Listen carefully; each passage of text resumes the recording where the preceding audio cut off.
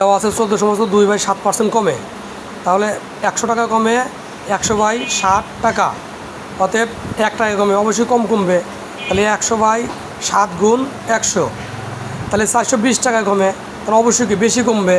তাহলে বেশি কমলে মানে কি গুণ হবে, তাহলে 100 গুণ 420, নিচে আসে কি 7 গুণ 100, তাহলে উপরকার 100 নিচকের 100 কেটে গেল, তাহলে 7 আগে 7, 7 দিয়ে 420 ভাগ করে কত হয় 60, সমান 60 টাকা। আমরা জানি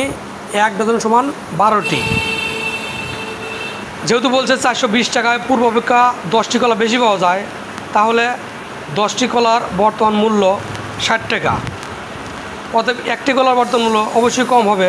তাহলে 60/10, অতএব 12টি কলার বর্তমান মূল্য, তাহলে 12টি কলার দাম কি অবশ্যই বেশি হবে, তাহলে 60 গুণ 12, নিচে কত আছে 10, তাহলে 60-এর 0 আর 10-এর 0 কেটে গেল, তাহলে 6 গুণ 12,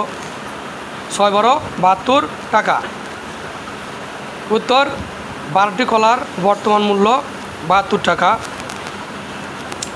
এরকম আরও নতুন নতুন ভিডিও পেতে আমার চ্যানেলটি অবশ্যই সাবস্ক্রাইব করবেন এবং সহযোগিতা করবেন, যেন আমি আরও নতুন নতুন ভিডিও আপনাদের দিতে পারি। ধন্যবাদ।